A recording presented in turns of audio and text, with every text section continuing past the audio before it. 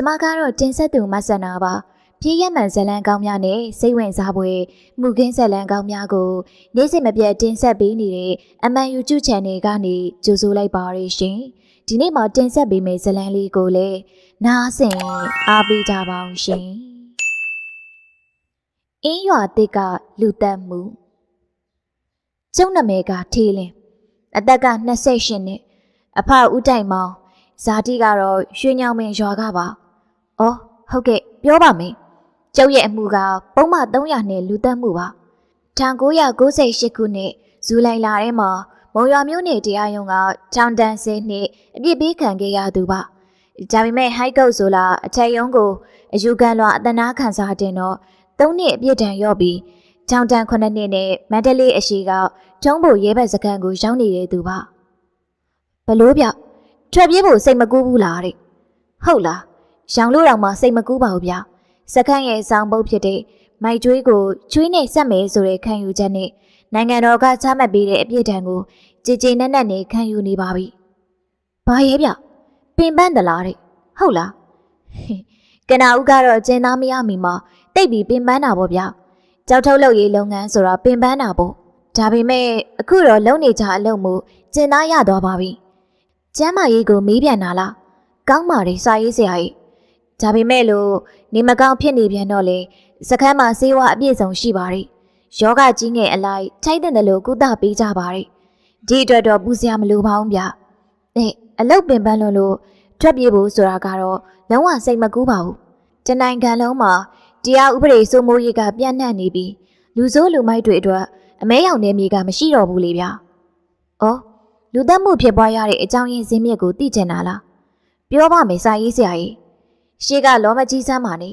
ကျုပ်ကလည်းဒေါသရှိထားရင်ပြင်လို့မရအောင်မှားတတ်ကြတဲ့အကြောင်းလူငယ်လူလက်ပိုင်းတွေကိုသိစေခြင်းလို့အစာဆုံးပြည့်စုံပြောမှာပါအထူးသဖြင့်တော့တေရက်တောက်တုံးထားတဲ့အပေါ်မှာဒေါသတရားကထက်ဆင့်ပြီးဖြေလောင်းလာမယ်ဆိုရင်တော့ကျုပ်စာတီးကရွှေညောင်ပင်ရွာကားဆိုပေမဲ့မုံရွာမျိုးကပဲပဲခွဲဆက်တစ်ခုမှအလုသမားအဖြစ်နဲ့တွားရောက်လောက်ကင်ရင်မုံရွာမြို့ရဲ့အရှိမြောက်ရက်ကအင်းရွာတဲ့သူတယောက်နဲ့ဖူးစာဖတ်လို့အကြောင်းပါခဲ့တာကြောင့်ဇနီးရဲ့ရက်ရွာအင်းရွာတဲ့မှာပဲအခြေချနေထိုင်ကြပါတယ်။မုံရွာကိုတော့နေစဉ်သွားပြီးအလုဆင်းလို့ပေါ့ဗျ။3နှစ်4နှစ်အတွင်းမှာပဲသားသမီး2ယောက်ထွန်းကားခဲ့ပါတယ်။အမှုဖြစ်ပွားချိန်ကတော့ကလေးတွေကမလောက်လေးမလောက်စားလူလားမမြောက်သေးတဲ့အချိန်ပေါ့။ဒါကြောင့်လဲစခန်းကထွက်ပြေးဖို့စိတ်မကူးပဲနဲ့အကျဉ်းစခန်းကလို့ရင်လိမ့်မာနဲ့မိသားစုအုပ်စီနေထိုင်သွားဖို့ဆုံးဖြတ်ထားတာပေါ့ဗျာ။အော်ဟုတ်ကဲ့ပါ။ကျုပ်စကားကိုဆက်ပါမယ်။ကျုပ်ကအလုတ်ကျန်းသမားဆိုတော့အလုတ်ပင်ပန်းတာကိုအကြောင်းပြပြီးအတော့စားလည်းမကင်းဘူးဗျ။တောက်ဖက်များလာတော့လေနေတိုင်းလိုပဲညနေပိုင်းရောက်ရင်တောက်လိုက်ရမှနောက်ပိုင်းကျတော့လေမနဲ့ကြီးပါလှုပ်ချင်တာပဲ။ဒီတော့အလုတ်ခွင်ကိုရမမှန်မသွားချင်တော့မနဲ့လင်းလာရင်အရက်ပုံးဆိုင်ထိုင်ပြီးဘော်ရာတွေနဲ့စကားဖောင်ဖွေးချင်တာပဲ။အလုတ်မှန်မစင်းတော့မိသားစုစားဝတ်နေရေးအတွက်ဝင်ငွေကလည်းထိခိုက်လာတာပေါ့ကျုံနဲ့အတူနေတဲ့ရောက်ခမအဖိုးကြီးကလည်းကျုပ်ကိုဆဲလိုက်စူလိုက်နဲ့မတဲကြဘူးဗျဒါပေမဲ့ကျုပ်မမှုပါဘူးကြံအိုတော့ကြွမလေးဘူးပေါ့ဗျာဇနီးမယားဆိုတာကတော့ဘယ်မှာကျုပ်ကထဲ့တွက်လိမ့်မလို့ဒီလိုနဲ့ကျုပ်ဟာအလုစင်းတရက်မစင်းတရက်နဲ့အရက်ရဲ့ကြီးကျွံဖြစ်ခဲ့ရပြီပေါ့ကျုပ်တို့မိသားစုရဲ့ဘဝတွေကိုကျမကြိုစုကစတင်ဝင်ရောက်တဲ့နေ့လို့ဆိုရလီမလားပဲဗျညကအပေါင်းအသင်းတွေနဲ့များထားလို့အဲ့ဒီနေ့မနေ့မှကျုပ်အရက်နာကြနေအရက်နာကြတာကလွယ်ပါတယ်နည်းနည်းပါးပါးမနဲ့ရည်လေးထက်တော့လိုက်ရင်ပျောက်တာပဲဟေးရွှေမြငါ့ကိုအရက်ဖို့20လောက်ပေးစမ်းငါနည်းနည်းပါးပါးလှုပ်လိုက်မှနေတာထိုင်တာရှိမှာဟာကျုပ်ကအရက်ဖို့တောင်းတော့ကျုပ်ဇနီးရွှေမြကထုံးစံအတိုင်းမကြည်မသာနဲ့ပေါ့ဗျာအောင်မေတော်ကမနေ့ကပတ်စံဘလောက်အပ်လို့ကျုပ်ကအရက်ဖို့ပေးရမှာလေတော့ကျုပ်မအရက်ဖို့မပြောနဲ့ဒီနေ့မနဲ့ဟင်းချက်စားဖို့တော့မရှိဘူးတော့တဲဒီမိန်းမနင်ဟင်းချက်စရာဖို့မရှိတာငါမသိဘူးကြမ်းဖန်ချက်ပေါ်ဟာငါအရက်ဖို့မရလို့မဖြစ်ဘူးဟာဒီလိုနဲ့အရက်ဖို့တောင်းရကားစပြီးတော့လင်မယားကြောက်ကစားဖြစ်ကြပါရောဒီမာရင်ကျုပ်ရဲ့ရောက်ကမအဖိုးကြီးကလည်းသူသမီးဘက်ကစစ်ကူပါလာတယ်ဟေးသေးလင်းမင်းငါသမီးကိုတော့ရန်လုံးမယ်မကြံနဲ့ဟိငါသမီးကိုဒီကလေး2ယောက်နဲ့အတူငါကြွေးထားနိုင်တယ်ကွမင်းမနေနိုင်ရင်အိမ်ကအခုဆင်းသွားစမ်း အရက်ကမတော့ရသေးလို့စိတ်တို့နေပါတယ်ဆိုမှဒီအဖိုးကြီးကပါဒီလိုဝင်ပြောလိုက်တော့ကျုပ်ဒေါသကိုနှိုးဆွပေးလိုက်တယ်လို့ဖြစ်သွားတယ်ဗျကျုပ်ကစကားတုံ့ပြန်လိုက်တယ်အောင်မလီကြီးကျယ်လိုက်တာဗျာစင်းမအခုစင်းမဒီမှာဗျကျုပ်မှလည်းနေထိုင်စရာမရှားပါဘူးနောက်ဆုံးမှာတော့ရွာကိုပြန်ပြီးတော့မိဘအိမ်မှာနေရင်လည်းရတာပါပဲကျုပ်လည်းပြောဆိုပါပဲစပင်းကိုစီးပြီးတော့ထွက်လာခဲ့တာကျုံးစံအတိုင်းရွာလေးကအရက်ပုံးဆိုင်ကိုပေါ့ဟေ့ဘာရင်အရက်တလုံးပေးစမ်းကွာညနေကျရင်ဆက်ပေးပါမယ်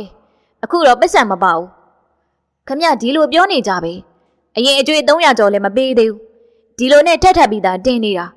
ကြာရင်ကျုပ်လည်းခမနဲ့ပဲအရင်ပြုတ်ရကြည့်ရဲ့ဟေ့အောင်ဘာရင်ပေးမှသာပေးစမ်းကွာမင်းပတ်စံကိုမပေးဘဲမနေဘူးစိတ်ချမင်းအကြောင်းသိတယ်မဟုတ်လားရဲဆိုင်ပိုင်ရှင်ဘာရင်ကငကိုကလည်းကျုပ်အပေါ်မှာခက်ရွံ့ရဲ့နောက်ပြီးတော့ကျုံနဲ့လည်းခွန်းကြီးခွန်းငယ်စကားမများချင်ဘူးထင်ပါရဲ့အရက်တလုံးကိုမကြည်မသာနဲ့ချပေးလာတယ်ကျုပ်လည်းပလင်းတစ်ပိုင်းကျိုးအောင်လို့ပါဇက်ထဲကိုလောင်းထည့်လိုက်မှနေသာထိုင်သာရှိသွားတယ်ကျုံနဲ့မလန်မကန်တပွဲမှာတော့အင်းရွာတဲ့သား2ယောက်ဖြစ်တဲ့ဘာဘူးနဲ့အောင်လားတို့2ယောက်သာဝိုင်းဖွဲ့တောက်နေကြရဲ့ဘာဘူးဆိုတာကလူပြဘဝတုန်းကကျုံမိမရွှေမြကိုကျုံနဲ့ရှင်ပြိုင်ပြီးပိုးခဲ့တဲ့သူပေါ့ဗျဒါပေမဲ့နောက်ဆုံးတော့ရွှေမြရဲ့အချစ်ကိုကျုပ်ကပိုင်ဆိုင်ခဲ့တာပဲဘာဘူးကတော့အခဲမကြေဘူးပေါ့ကျုပ်ကအရက်တလုံးကုန်တဲ့အချိန်မှာဘာဘူးတို့2ယောက်ကတော့တော်တော်လေးထွေနေကြပြီထင်ပါရဲ့ကျုပ်ကလည်းရန်လုတဲ့စကားတွေပါလာတယ်ရွှေညောင်မင်းရွာသားတွေတကယ်မိုက်သိအောင်စမ်းလိုက်ချင်နေကွာသူကစိန်ခေါ်နေပြီကျုပ်ကလည်းအညံ့မခံပါဘူးဟေ့အောင်ဘာဘူးစမ်းရင်စမ်းလိုက်လေကွာဘာလဲအခုစမ်းမလားမင်းလောက်တော့ငါကရီတာပေါ့ကွာ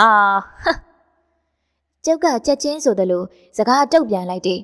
ခါကြားတွေကအင်ဂျီနဲ့ဖုံးပြီးတော့ဝှက်ထားတဲ့ဓမြောင်ကိုလေမတိမတာဆန့်ကြည့်ရသေးတယ်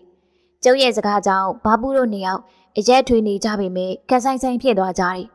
ဘာထည့်တွက်လိုက်မလို့ဗျာဒီလိုနဲ့ကျုပ်လည်းအရက်ကလေးတစ်လုံးကုန်တော့ဘာရယ်လို့မဟုတ်ဘူးပေါ့မုံရွာဘက်ကိုစပိန်နဲ့ထွက်လာခဲ့တယ်မိရထားတန်လန့်အတိုင်းပါပဲ10မိနစ်လောက်ခရီးအကြာတော့တန်လန့်ဘေးတနေရာမှာဘာဘူးတို့အဖွဲ့ကိုတွေ့ရတယ်ဒီတခါတော့လူတစ်ယောက်တိုးလာပြီ3ယောက်ခမဟေ့အောင်ထေးလင်းရွှေညောင်ပင်သားဆိုတဲ့မင်းရဲ့တက်တီကိုတိကျင်လို့ငါတို့စောင့်နေတာကွာဘာဘူးတို့အဖွဲ့ဟာကြိုတင်ပြီးတော့စီဝါကြိုက်ထားကြရင်တူပါရဲ့ကျုပ်ရှိကစီးတာပြီးစပိန်ကိုတွန်းလေကကျုပ်ကိုဝိုင်းချုပ်လိုက်ကြတယ်3ယောက်နဲ့1ယောက်လုံးထွေးရစ်ပတ်ပေါ်ဗျကျုပ်ကလည်းဘာရမလဲနဗန်းလုံးနေရာကအခွင့်သာလာတဲ့အခါခါကြားတဲ့ကဓမြောင်ကိုရအောင်ဆွဲနှုတ်ပြီးဘာဘူးရဲ့ရင်ဝါတက်တဲ့ကိုထိုးဆိုင်ချလိုက်တယ်အားဆိုပြီးတော့ငယ်တန်းပေါင်းအော်လိုက်တဲ့ဘာဘူးရဲ့အတန်နဲ့ကြီးကတော့တကယ်ကြောက်စရာပါပဲအဲ့ဒီမှာရင်ကျန်တဲ့2ယောက်ဟာလန့်ပြန်ပြီးတော့ထွက်ပြေးတော့တာပဲအခင်းဖြစ်ပွားတာကတော့မြေထားတန်လန်းပြီဆိုတော့အဲ့ဒီချိန်မှာလူသွားလူလာမရှိဘူးဗျကျုပ်လည်းဘာဘူးသေးသလားရှင်းသလားဆိုတာမတွေးနိုင်ဘူးပေါ့ဓမြောင်ကိုဆွဲနှုတ်ဒအိမ်ထဲကိုပြန်သွင်းခါကြားတွေကဓာတ်ကိုအင်ကြီးဖုံးပြီးတော့ဝှက်ယူခဲ့တယ်ကျုပ်ရင်ထဲမှာတော့ဘလောင်ဆန်နေပြီပေါ့စောစောကတောက်ထားတဲ့အရက်ရှိန်ကလည်းပျောက်သွားပြီကျုပ်မှားခဲ့ပြီဒေါသစိတ်ကထိတ်တက်ပြီးတော့လူသက်မှုကိုကျူးလွန်ခဲ့ပြီကျုပ်လည်းကြံရမရဘဲနဲ့မိဘဆွေမျိုးရှိရာရွှေညောင်ပင်ရွာဘက်ကိုထွက်လာခဲ့တယ်ရွာကိုရောက်တော့ကျုပ်အကိုတွေစီဝင်ပြီးတော့အကျိုးကြောင့်ပြောပြလို့အကြံဉာဏ်တောင်းရတယ်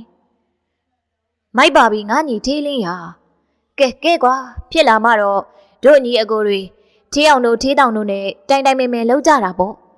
ထွက်ပြေးဖို့တော့စိတ်မကူးနဲ့ကိတ္တခဏရွာထဲမှာရှောင်နေလိုက်အဲ့ဒါကအကိုကြီးဆုံးထေးအောင်ရဲ့စကားပါဒါပေမဲ့ကျုပ်အဖေကြီးကိုတော့အတိမပေးရဲဘူးဒီလိုနဲ့ကျုပ်ဟာရွာထဲမှာပုံရှိုးကွယ်ရှိုးနေရတယ်ဗျ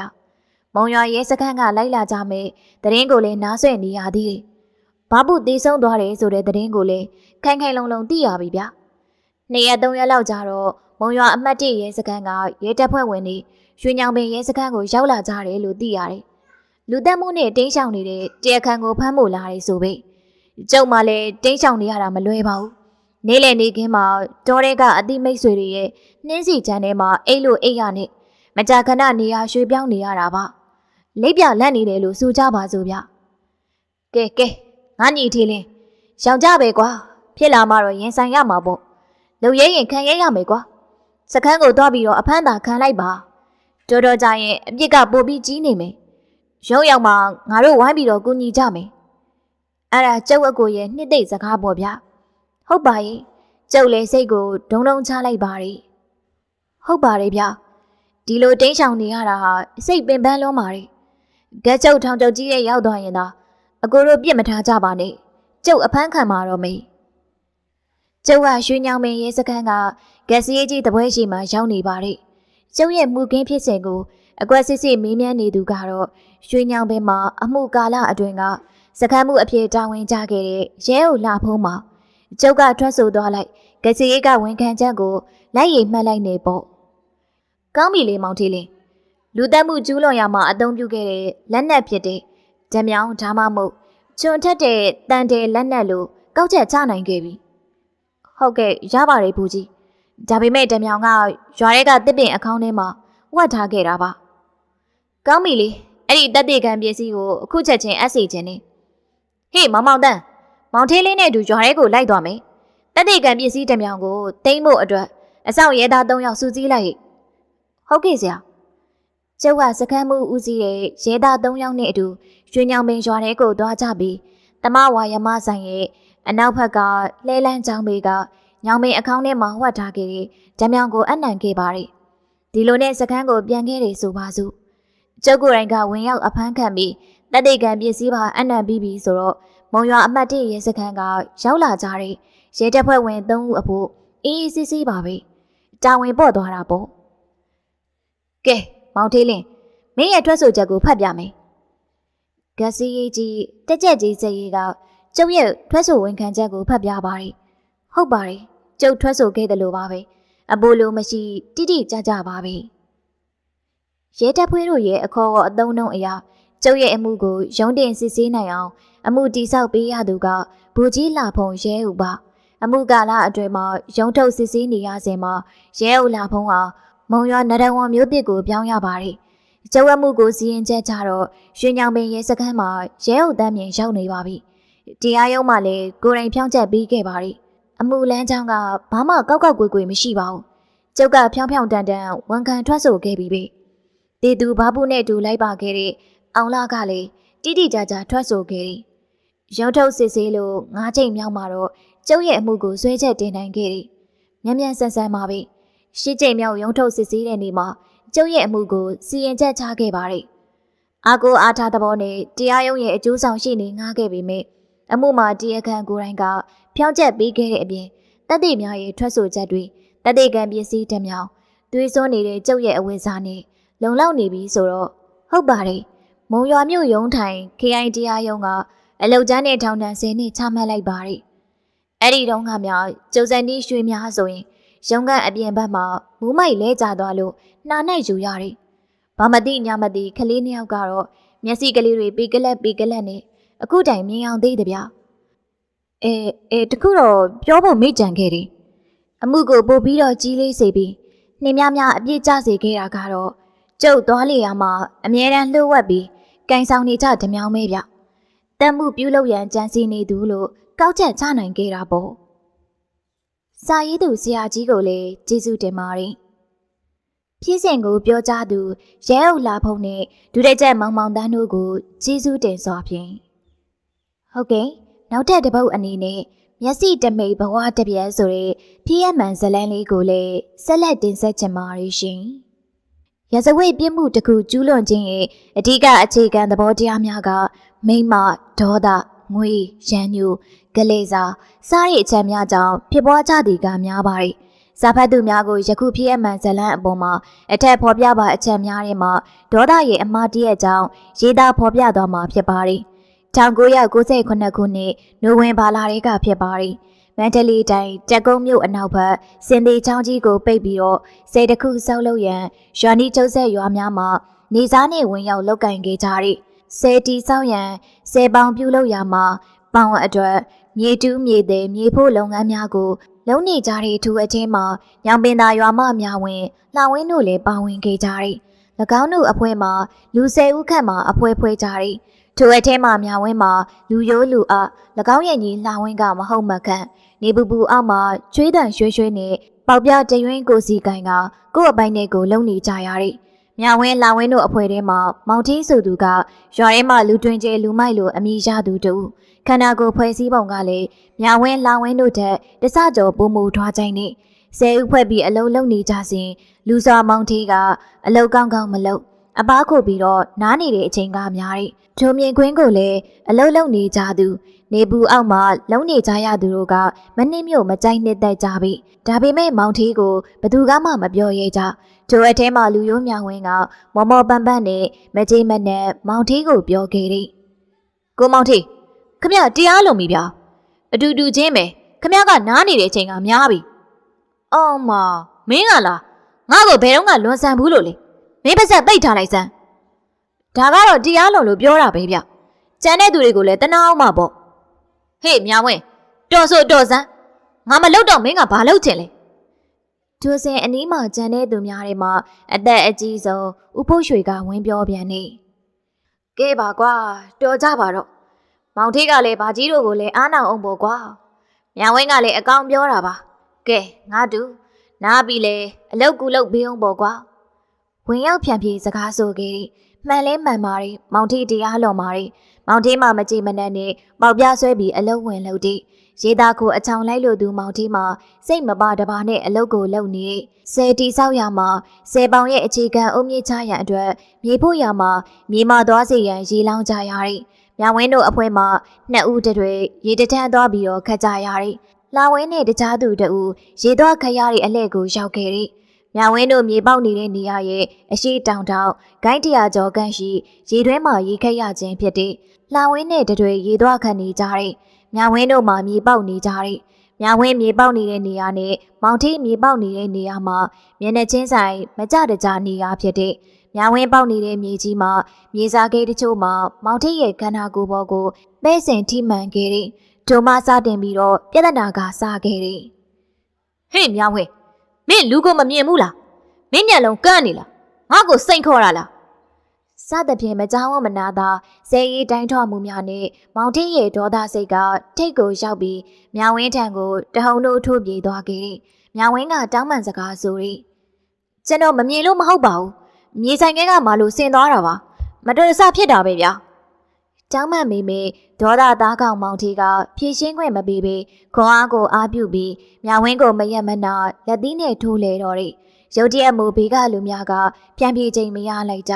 ဒါပေမဲ့ဝိုင်းဝန်းပြန်ပြေးချိန်မှာမြေကြီးပေါ်မှာလဲကျနေတဲ့မြဝင်းရဲ့အပေါ်ကိုမောင်ထေးကခွပြီးမြဝင်းကိုလက်သီးနဲ့ထိုးနေပြီထိုအချင်းရာကိုရေခတ်သွားရကပြန်လာတဲ့လှဝင်းကမြင်လိုက်ရတယ်မြင်မြင်ချင်းပဲအရေးကြီးသွေးနေလက်သေးစိတ်လက်ထိတ်နာဆိုတဲ့အတိုင်းအချင်းဖြစ်နေရကိုအပြေးနှင်တော့တယ်အကိုဖြစ်သူမြဝင်းရဲ့မျက်နှာပေါ်မှာသွေးများဖုံးလွှမ်းနေတာကိုမြင်ခဲ့ရပြန်တယ်ထို့အတွက်ရုတ်တရက်ထွက်ပေါ်လာတဲ့ဒေါသကြောင့်အနီးနားမြေပေါ်ရှိပေါက်ပြားကိုဆွဲပြီးမြဝင်းကိုခွပြီးတော့အပေါ်စီးကနေလက်သီးနဲ့ထိုးနေတဲ့မောင်ထေးရဲ့ဦးခေါင်းကိုပထမတစ်ချက်ရိုက်လိုက်ရမောင်ထေးမှမတုံမလှုပ်ဖြစ်နေစဉ်လာဝင်းကပေါက်ပြားနဲ့နောက်တစ်ချက်ခုတ်ရိုက်ခဲ့တယ်လူတန်ကြီးမောင်ထေးမှမြဝင်းရဲ့ပြီးမြေပုံပေါ်ကိုပုံရသားလဲကျသွားတယ်စကမ်းမိမရတော့ဆယ်ပေါင်းတလျှောက်မှာတခြားလှုပ်အားပေးနေကြတဲ့အဖွဲ့များကလည်းရုပ်ရုပ်သေးသေးဖြစ်သွားကြတယ်။မောင်ထေးအသက်တော်မထွက်သေးပြီ။အသက်ရှူနှုံတော်မြန်နေသေးတယ်။အနည်းရှိရွာသားများကဒဏ်ရာရသွားတဲ့မောင်ထေးရဲ့ဦးခေါင်းကိုခါးဝှက်ပစိုးနဲ့ပတ်တီးစီးပြီးနီးစပ်ရာမျိုးနယ်ဆေးရုံကိုပို့ရန်တန်းပိုးပြီးခေါ်သွားကြတယ်။လာဝင်းကမောင်ထေးကိုခုတ်ခဲ့တဲ့ပေါက်ပြားကိုကြစ်ကြစ်ပါအောင်စုပ်ကင်ပြီးဟစ်ကြွေးနေခဲ့သေးတယ်။မောင်ထေးမိုက်တယ်ဆိုတာအလွယ်လေးကွ။အခုမင်းဘာတက်နိုင်သေးလဲမင်းမိုက်တယ်ဆိုတာဘာလဲငါရိုက်တယ်ဆိုတာမင်းရဲ့မိုက်ကန်းတဲ့လောက်ရက်ကိုသင်ခန်းစာပေးတာမင်းသိရင်တက်မလွန်မှာနောင်တရနေလိုက်တော့မြဝင်းကသွေးများပေးချမ်းနေတဲ့မျက်နှာငယ်လေးနဲ့ညီဖြစ်သူကိုစိုးရိမ်စိတ်နဲ့လှမ်းပြောခဲ့တယ်ဟေးလှောင်းဝဲငါတိတော့သေမလားရှင်မလားမသိဘူးနော်ဒုက္ခတော့ဖြစ်ပါပြီကွာငါတို့ဘလို့လောက်ကြမလဲအကိုမြဝင်းကျွန်တော်လုံရဲရင်ခံရဲရဲကလာဖမ်းပါစီကျွန်တော်ရှင်းပြမယ်အမှန်တိုင်းဖြစ်စေရမယ်စသည်လာဝင်းရဲ့မဟုတ်မခံစားရသမျှကိုပြောရင်လုံနေတဲ့ဆယ်ပေါင်ပေါ်မှာညီကိုနှစ်ယောက်တည်းသာကြံတော်တယ်ဒါပေမဲ့မောင်တီတယောက်စီးရုံကိုပို့ရန်တဲဆောင်သွားတဲ့ညောင်မင်းသားရွာထိပ်ကိုအရောက်အသက်ပြောက်သွားခဲ့တယ်ဖြစ်စဉ်ကတော့လူသက်မှုဖြစ်ရက်ပဲဖြစ်ပါတယ်ဤဖြစ်ရက်မှာတည်သူမောင်တီတက်သူမှာလာဝင်း ဒါပေမဲ့တက်ကုန်းမြို့နယ်ရဲတပ်ဖွဲ့အနေနဲ့မြဝင်းကိုပါလူသတ်မှုမှာအားပေးကူညီသူအဖြစ်နဲ့ထဲသွင်းဖမ်းဆီးပြီးတရားစွဲတင်ခဲ့သည်ဆိုပါလူသတ်မှုမူခင်းတရက်ကိုရမဲသိန်းခရိုင်ဒုတိယခရိုင်တရားရုံးတော်မှလက်ခံကြားနာစစ်ဆေးခဲ့သည်မြဝင်းလောင်ဝင်းတို့ဘက်မှတရားခံအကျိုးဆောင်ရှိနေကြီးကလည်းမြဝင်းမှာအပြစ်မရှိကြောင်းနဲ့လောင်ဝင်းမှာ၎င်းရဲ့အကိုရင်းဖြစ်သူမြဝင်းရဲ့အသက်တနည်းဆိုရရင်တပားသူရဲ့အသက်ကိုကာကွယ်ခုခံပိုင်ခွင့်ကိုကင်ဆယ်ပြီးခုခံဖြေရှင်းခဲ့သည်သို့တော်လည်းတရားရုံးတော်ကတရားလိုပြသက်သေများတရားခံပြသက်သေများရဲ့တရားရုံးရှိထွက်ဆိုချက်များနဲ့စေးစာမပေါ်ပေါက်ချက်များကိုကြုံငုံသုံးသပ်ပြီးဆုံးဖြတ်ချက်ချခဲ့သည်မှာတရားခံလှဝင်းအပေါ်ပြစ်မှုဆိုင်ရာဥပဒေပုံမှာ302အရာအလုံးနဲ့ထောင်ဒဏ်9နှစ်ကြာခံစေရနဲ့တရားခံမြဝင်းအပေါ်အားပေးကူညီမှုအသွင်ညီစွန်းလို့အလုံးနဲ့ထောင်ဒဏ်1နှစ်ကြာခံစေရန်အမိန့်တရက်ချမှတ်ခဲ့သည်KI တရားရုံးတော်ရဲ့သုံးသက်ချက်ကမြဝင်းမှာမြေကြီးပေါ်လဲနေစဉ်လောင်ဝင်းကပေါက်ပြနဲ့မောင်ထီးကိုခုတ်ရိုက်ရိုက်ခဲ့ရာလူပြသက်သေ2ဦးရဲ့ထွက်ချက်အရာအောက်မှာမောင်ထီးကိုကင်ပေးတယ်လို့ညီစွန်းကြောင်းလောင်ဝင်းမှာတပားသူရဲ့အသက်ကိုကာကွယ်ခုခံပိုင်ခွင့်အရာဤများလောက်သေးစေရန်အကြံဖြင့်မပြုသင့်ကြောင်းထို့သို့သုံးသက်ပြီးတော့အဆိုပါပြစ်ဒဏ်ကိုသတ်မှတ်ခဲ့ခြင်းဖြစ်ကြောင်းရုံးတော်ကဆုံးဖြတ်ခဲ့ခြင်းဖြစ်ပါသည်မြည်တို့ပင်စိုးစီကမူစာရေးသူရဲ့ဆိုလိုရင်းမှာတော့ပြစ်မှုတစ်ခုကျူးလွန်ခြင်းရဲ့မူလအခြေအမြစ်အကြောင်းရင်းတစ်ခုအပေါ်မှာစာဖတ်သူတို့သိစေလိုပါတယ်။လာဝင်းရဲ့ရုပ်ကြည့်ရိုက်ချက်ကရုတ်တရက်ဖြစ်ပေါ်လာတဲ့ဒေါသအရှိန်အုံကြောင့်လူသေးတဲ့အထိဖြစ်ပေါ်စေခဲ့ရတယ်။ဤဖြစ်ရဖြစ်ပေါ်လာရန်အစချီအစာပြိုးခဲ့သူမှာတည်သူမောင်ထီပဲဖြစ်ပါတယ်။အဆိုပါမောင်ထီကမြည်တို့ပဲဆိုးရွားစေကမူလူတအူးကိုတတ်တဲ့သူက